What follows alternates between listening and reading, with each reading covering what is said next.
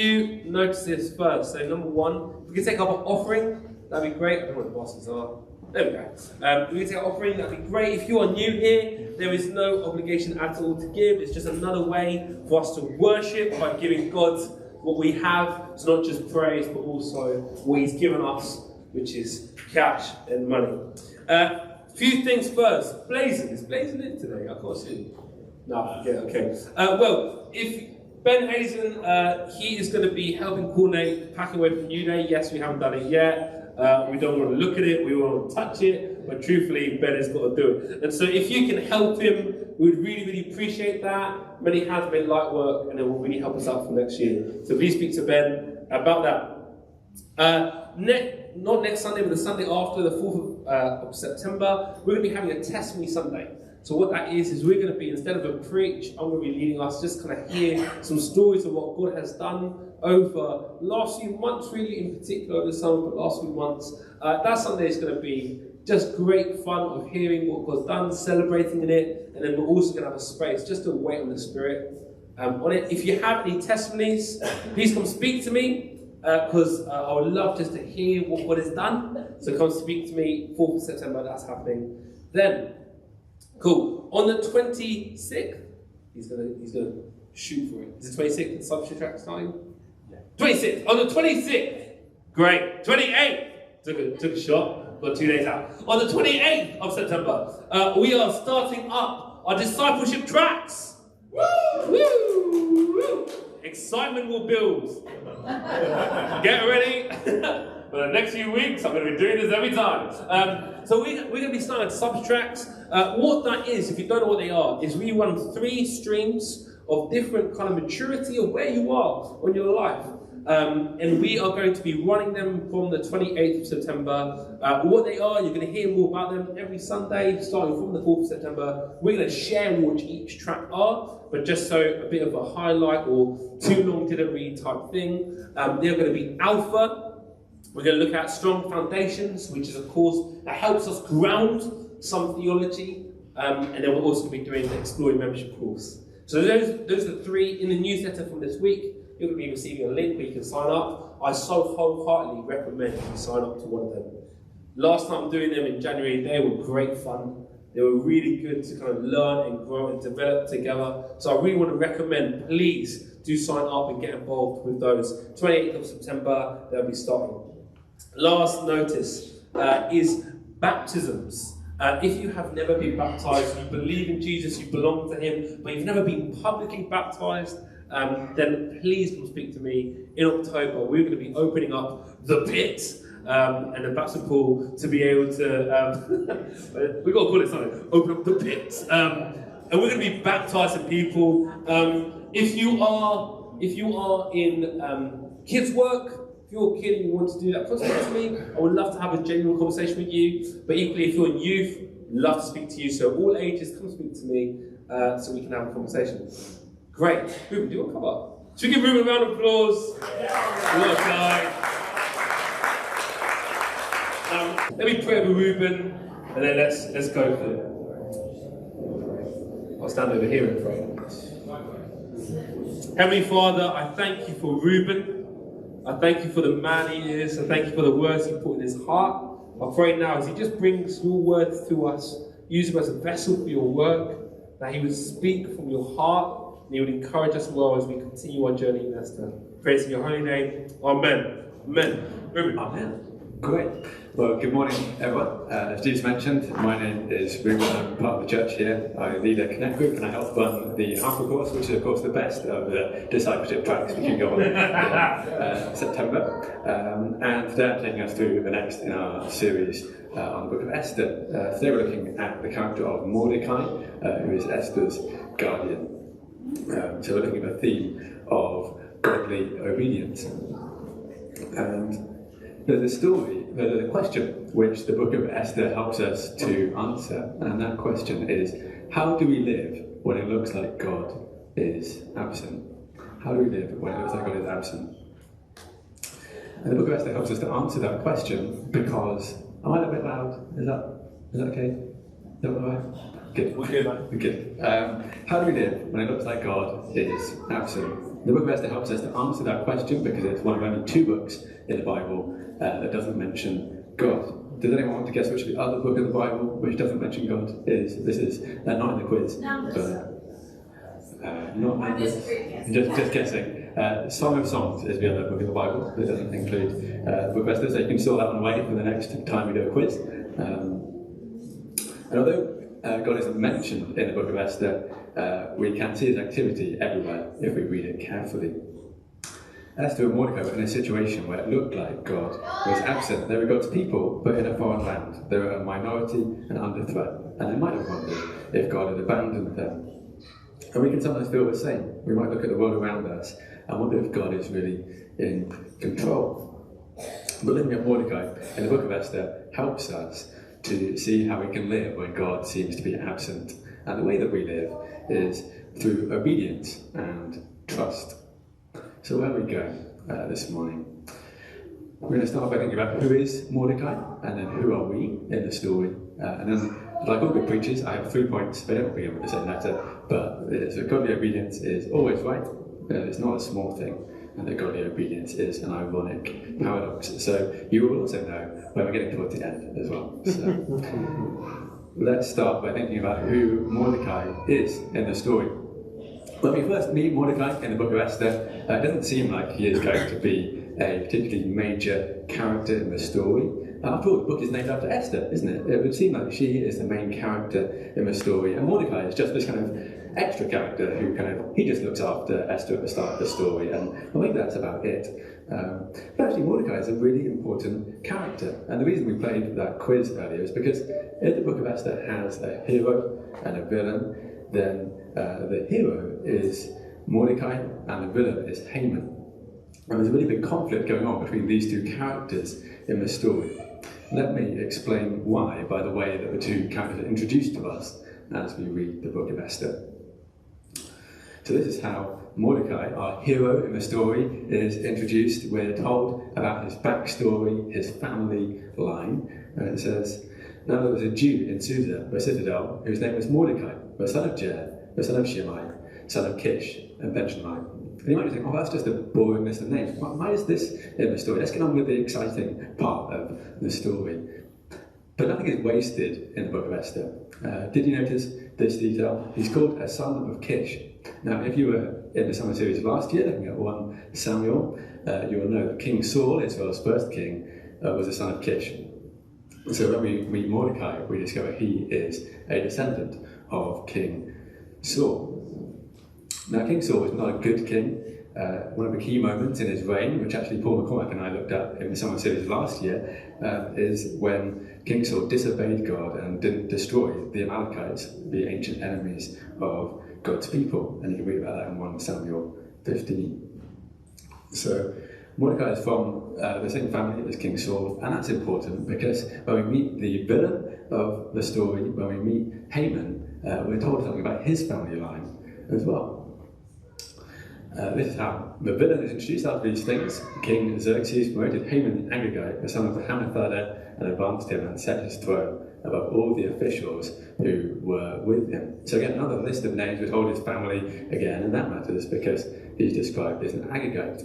And back in 1 Samuel 15, when King Saul should have destroyed the Amalekites, he should have killed King Agag, but he didn't. And so here in the book of Esther, we have a replay, essentially, of 1 Samuel 15. We have these 2 families, these 2 nations, this kind of ancient rivalry, and it's all happening again. It's like the sequel to every superhero movie you've ever watched, and we're getting a replay of that here. And in fact, it goes back even bigger than between these 2 families. At the start of the Bible, in Genesis chapter 3, we get set up these 2 families that you find in the Bible story. God says to the serpent, where that's gone. Anyway, in Genesis 3, God says to the serpent that there will be enmity between you and the woman, between your offspring and her offspring. So, and you shall bruise his head, and he shall bruise your head, and you shall bruise his heel. So this is one of the first promises that we get in the Bible right at the start that starts to point us toward Jesus, to the Messiah, who saves God's people. And in Genesis we have set up this story of these two families, children of the woman and children of the snake. And you can pick up that storyline throughout the Old Testament. You can look at Cain and Abel. You can look at Jacob and Esau. You can look at King Saul and King Agag. You can look at Mordecai and Haman. So the book of Esther fits into this context of a much bigger story. There's something much bigger going on. And at the best, characters like Mordecai point us to Jesus, the one who ultimately saves his people. Now, a sneak preview of this slide. I don't know whether any of you, kids or maybe even adults, have one of these personalised books where you can put in a child's name and then you'll get a story personalised around them. I used to have one of these actually, which has my name in it, and it's all about you saving the day in this story. You are the hero of your own story. The publishers describe one of these books, The Power Within, as choose a child's strength and we'll transform it into a superpower.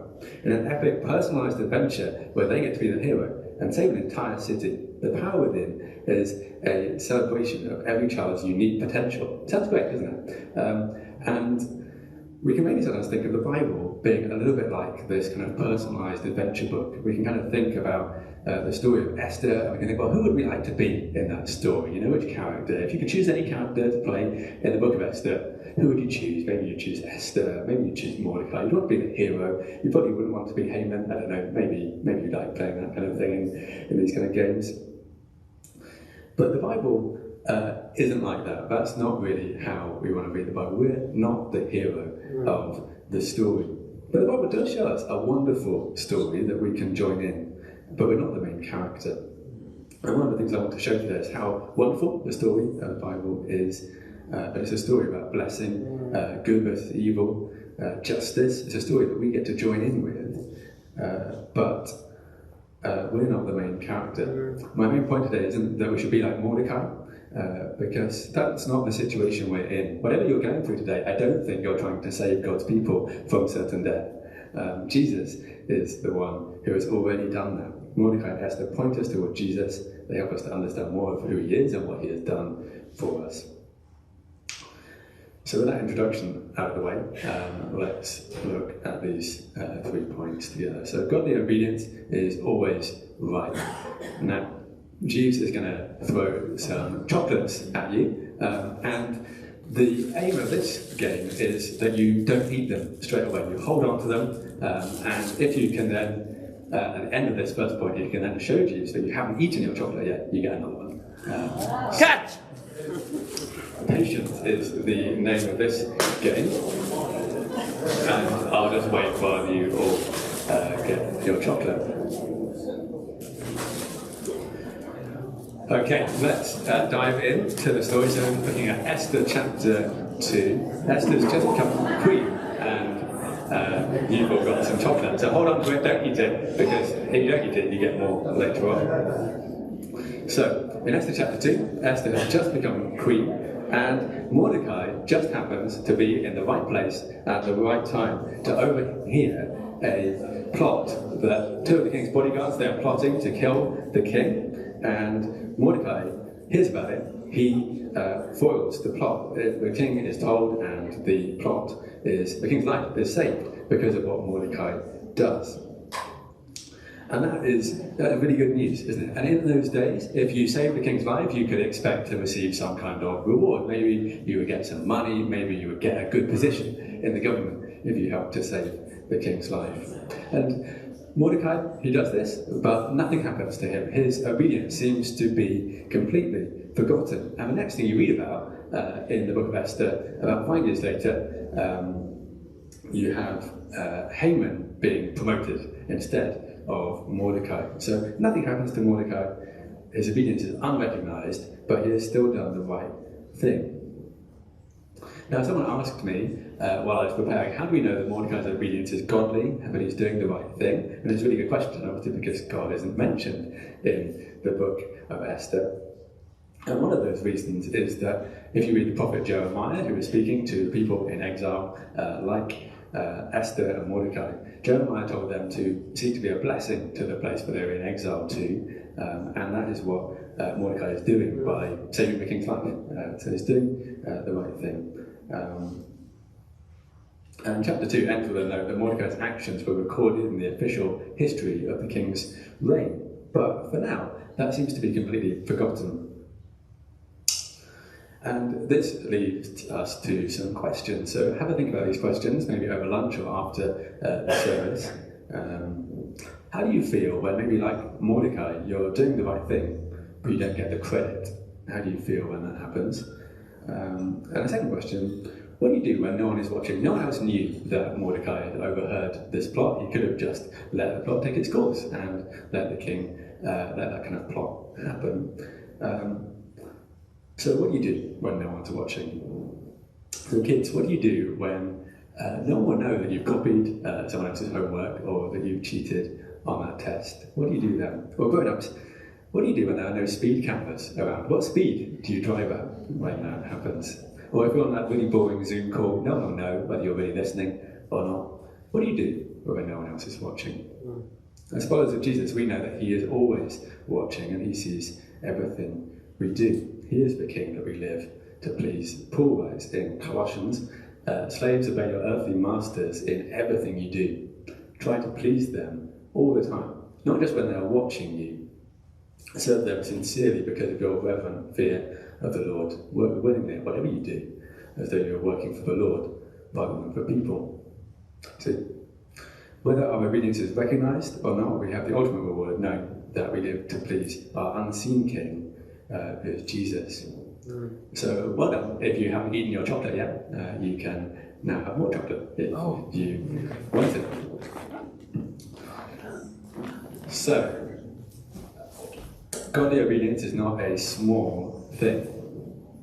So as I mentioned in chapter 2, Mordecai's obedience seems to go unnoticed and completely unrecognised, and no one seems to care. Now maybe sometimes our obedience to God is like that as well. We try and be kind and nice to people, but they don't seem to really respond or realise that we're doing it because we are a Christian.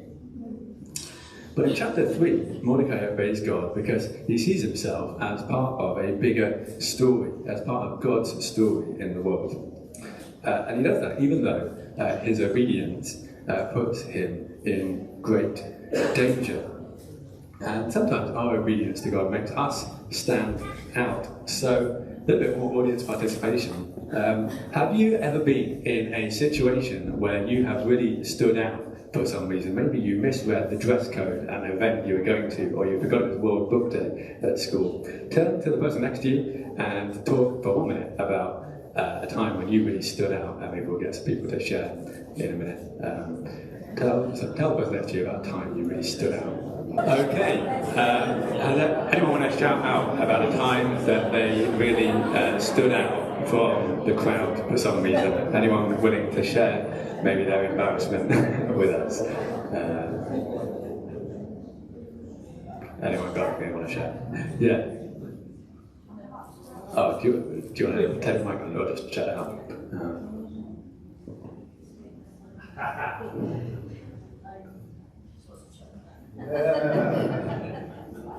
My favourite was a strange one, but I was there to do a snow angel club in America in a shop. So I took Sophie, I was seeing Sophie on this particular day, and I told her, I said, would you come? She said, yeah. So we went into Sainsbury's in Tonbridge, and I got on the floor, and I did like a sort of like the snow angel on the floor. Wow.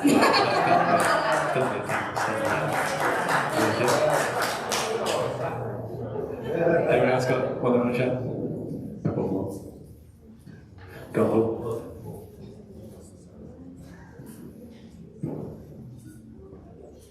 You may know I work at safety at sports grounds. Many years ago I had to go to Royal Ascot, the racecourse. And you know, in the Royal Enclosure you're supposed to be properly dressed, aren't you, in a top hat and towels. Well, I inspected the enclosure just in a suit, and a few weeks later a letter arrived from the palace to say that I was improperly dressed. So there you go. No honour for me coming. Wow, amazing. So Mordecai, to go back to our story, Mordecai really stood out. Let's have a look in Esther chapter 3, at a point where Mordecai stood out. After these things, King Xerxes promoted Haman, the Agagite. Remember, he's the villain of the story. He promoted Haman, the Agagite, the son of Hammedatha, and advanced him and set his throne above all the officials who were with him. And all the king's servants who were at the king's gate bowed down and paid homage to Haman, but so the king commanded concerning him. But Mordecai did not bow down or pay homage. Then the king's servants who were at the king's gate said to Mordecai, "Why do you transgress the king's command?" And when they spoke to him day after day, he would not listen to them. They told Haman in order to see whether Mordecai's words would stand. But he had told them that he was a Jew. So Mordecai's obedience makes him stand out. Mordecai doesn't bow down to Haman. And why is that? It's not just because maybe Mordecai doesn't like Haman. There's something bigger going on. As I said at the start, Mordecai gives his reason for not bowing down, that he is a Jew. And he's not going to bow down to an enemy of God's people. He knows that he is part of a bigger story, and we are too. In Ephesians 6, Paul talks about how as Christians we're involved in a spiritual battle. And so our small acts of following Jesus, trusting and obeying him, are part of a much bigger story. As a side point, in chapter 2, Mordecai obeys God and saves the king's life. But here he is disobeying the king's command to honour Haman. Why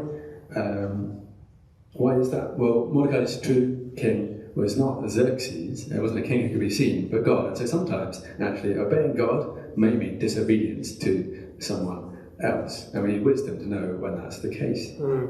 And if you were here last week, you'll know that, and Sophie helped us to think about, with the aid of some Mentos and a Coke bottle, if you remember that, and it all went everywhere, and hopefully managed to get it off the carpet. That Mordecai's refusal to honour Haman caused Haman to fly into a rage and to plot to kill the Jews. This act of obedience, of not bowing down to Haman, is what causes the great conflict of the whole book. And so we see that sometimes, like in chapter 2, we obey God and nothing really seems to happen and our kindness is forgotten. But other times, like in chapter 3, our obedience to God makes us stand out and might even be actively opposed as well. And whichever situation you're in, whether you are obeying God and nothing seems to be happening, or you're obeying God and everything seems to be happening and everyone seems to hate you, keep trusting God. He is with you. I wonder how Mordecai felt being all alone, being the only one to not honour Haman in the way that he had been told to. He probably felt quite alone. And maybe you are wondering if it's worth standing up for Jesus at work. Maybe you're the only Christian in your team or in your sports team. Is it worth it? Well, the good news is that, unlike Mordecai, we are never alone when we have to stand up for Jesus. He is with us by his Spirit. We can ask him for wisdom, how to live for him in every situation. And we must ask him for wisdom, especially if it means going against the flow, going against what maybe other people are telling us to do. Did you notice that Mordecai is persistent in his obedience? They speak to him day after day. They ask him, why are you not bowing down to the most important official in the land? Haman is like the prime minister of Persia at this point. Why are you not doing it? And it's really easy for us, isn't it, to be very inconsistent. We can maybe try and stop gossip in the classroom one day, but the next day we're joining in. We can maybe be consistent for a little while, but it might not last. But the good news is that I'm not telling you that we have to be like Mordecai today. That's not the point. Jesus has been Mordecai for us. He has lived a perfectly consistent life, 100% of the time. All of that perfection is credited to us. Now we have his Spirit living inside of us to help us to live a more consistent life. And so the point here is that we obey and we trust God with the outcome. Whether that outcome is that nothing seems to be happening in between chapters 2 and 3 of the book of Esther, there's about 5 years gap where we don't really hear anything in the story. And that's sometimes what life is like, and the outcome of our obedience might seem to be nothing much. Or it might be something really dramatic, but we trust God with the outcome. So here are a couple of questions to think about. Where do you need wisdom today to live faithfully for Jesus? And what might that look like? What might living faithfully for Jesus look like for you this time tomorrow when you're at work, or even when you're on holidays, or when you're back at school? What does it look like to live for Jesus? Okay, so 2 points down and one more to go. Godly obedience is an ironic paradox, and I hope you're sitting comfortably because we're going to watch a little bit of a cartoon.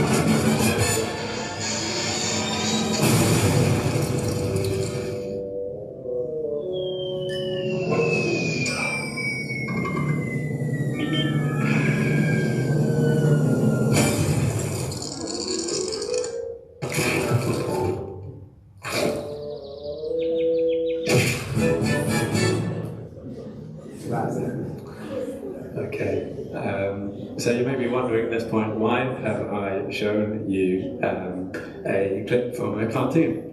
Why have I shown you a clip from Coyote and the Roadrunner? And it's because we have something similar happening in the book of Esther. There is an ironic reversal in the book of Esther, and we love the irony in that cartoon of the fact that Coyote's plans to catch Roadrunner come back on his own head, that he ends up in the giant vacuum cleaner that he hoped to catch the Roadrunner in. We love those kind of comics, don't we? And right in the middle of the book of Esther we find something similar, because Haman's plan to destroy the Jews, Haman's plan to kill Mordecai, start to come back on him. So the story has moved on. We've had Mordecai's obedience in saving the king's life. We've had Mordecai's obedience in not bowing down to Haman, which then leads to Haman plotting to kill all of the Jews. Then Esther, as we looked at last week, Esther has started trying to intervene to save the Jews. She's set her plan in motion. She's had her first banquet with the king and Haman, where she's starting to set this plan in motion to save the Jews. And then Haman comes out of that banquet. He is delighted because he's been invited to this special meal. He's very excited about that. He comes out of the banquet and then he sees Mordecai. And Mordecai doesn't honour Haman, and that makes Haman absolutely furious. He is mad at this point. He goes home, he talks to his wife, and his wife and his friends advise him, well, the best thing to do at this point would be to try and kill Mordecai. So Haman sets up this huge gallows, and he is all ready to kill Mordecai. And it's evening. Meanwhile, the king has gone to bed. King Xerxes has gone to bed, and he is unable to sleep. Do you know that feeling?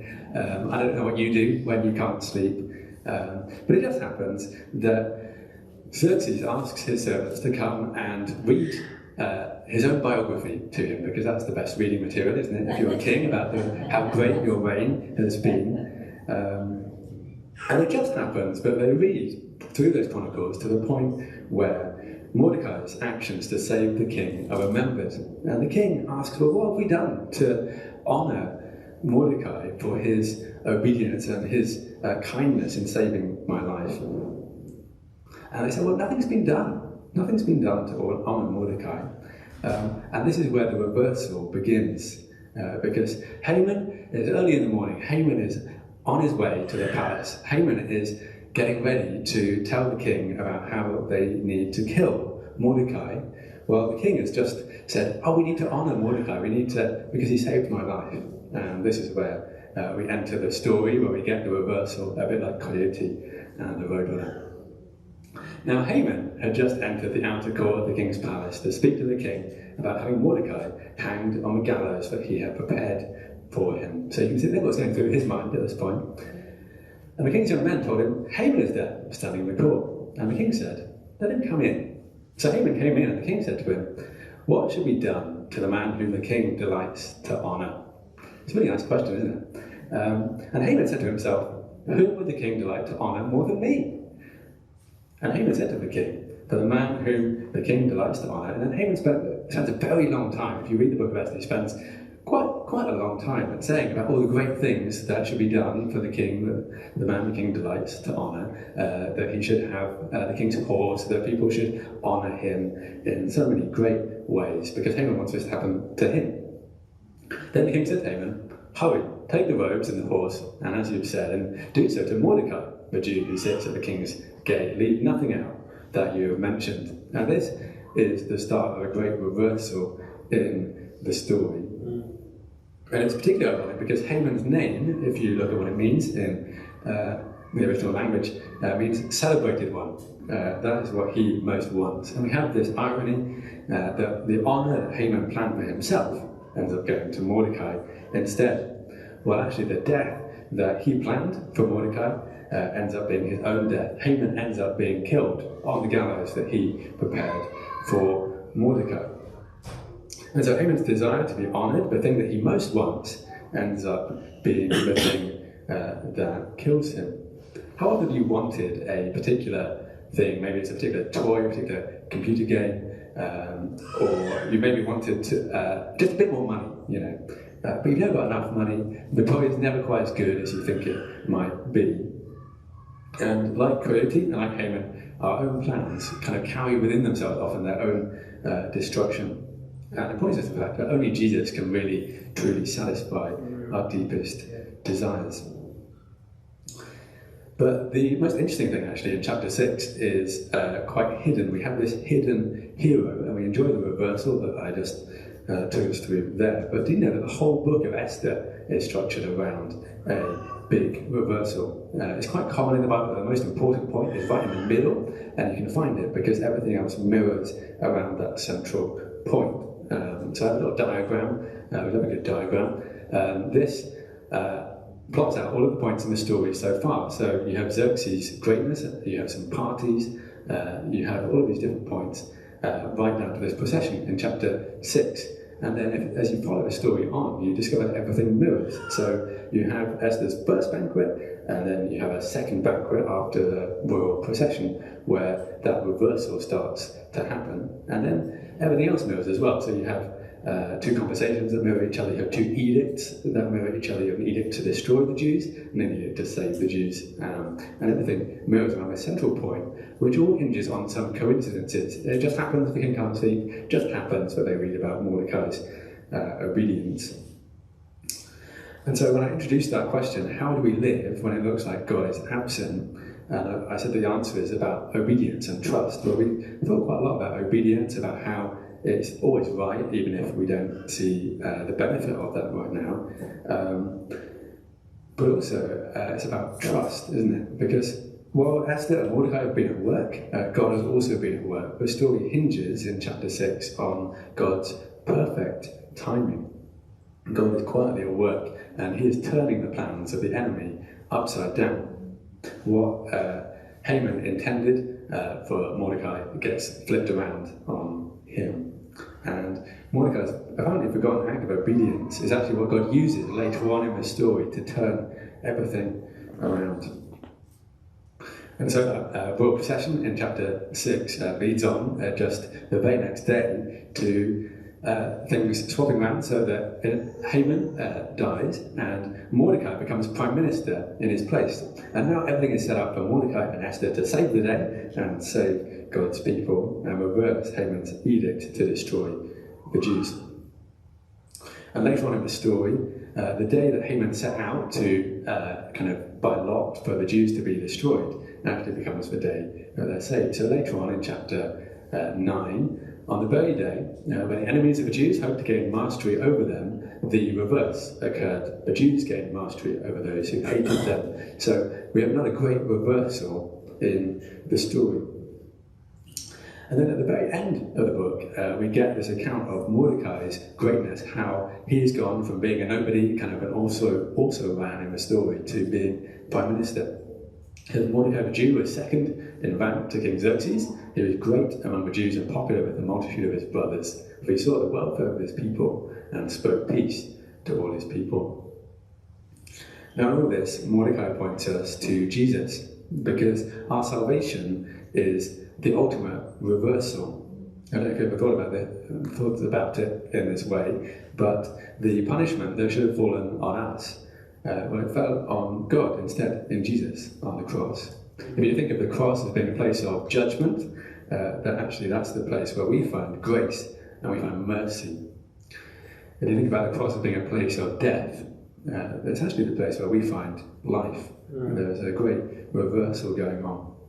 And it's also the story of the whole Bible, that there is a reversal. There'll be a judgment at the end of time when Jesus returns. And we're singing about early Jesus will return and judge the living and the dead. All those who are proud, like Haman, will be brought down, and all those who are humble, like Mordecai, will be lifted up. I wish I had time to go into all the ways that you can kind of see that, but it's the story not just of Esther, but of the whole Bible, that there is a reversal going on.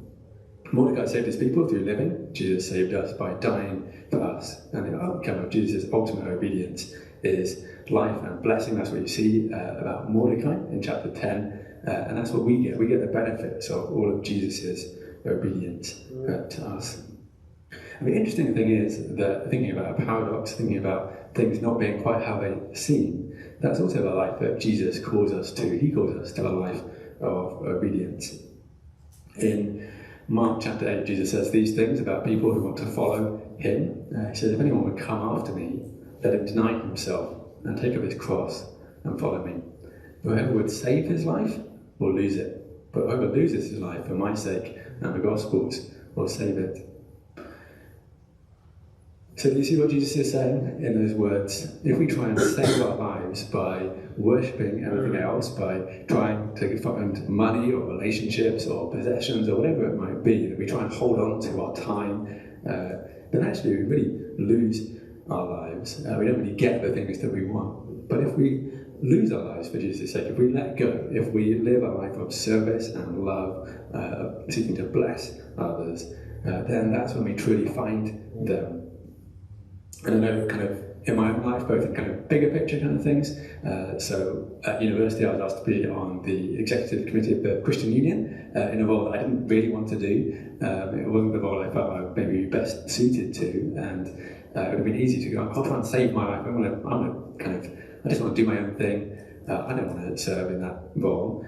It would be really easy to have said that, but actually doing that, kind of losing my life in that kind of sense, was actually a way to life, and I really enjoyed it much more than I thought it would have been. It was a great opportunity to serve God's people. And so whether it's in a big thing or a small thing, in the kind of everyday, like, oh, I don't really feel like going to that church meeting tonight. Actually, when you do go, when you turn up, it's a blessing to the people around you, and you find life. And it's much better than just staying at home and watching Netflix, actually. So some more questions to think about. Where do you need to remember Jesus is called to lose our lives in order to truly find them? So to finish off, the book of Esther centers around this ironic reversal. It points us to Jesus, and it shows us how God can use the trust and obedience of his people in his plans, even when we can't see how it all fits together. The whole idea is that God is absent from this story, but he isn't really, if you know what you're looking for. So we can remember that godly obedience is always right, even when we can't see the outcome and it doesn't look like it. But it's not a small thing, there's something bigger going on, but it's an ironic paradox. We find our lives by losing them for Jesus' sake. So God is writing a big and a beautiful story, but we are not the hero. Jesus is the hero. But do you want to join in? Do you want to join in this week? There are those questions. If you want to take a picture of them, if you want to think about them after the service, if you want to talk about them together after the service over lunch or whatever, then please do that. Please read the whole book of Esther. I wish I had time to go through it all with you. It will take you about 20 minutes. It's really worth doing. And if any of those words of knowledge as well that Chris brought earlier, any of those spoke to you, then do chat to him afterwards. We will finish there and see you next week for the last part in the series on the book of Esther. Thanks.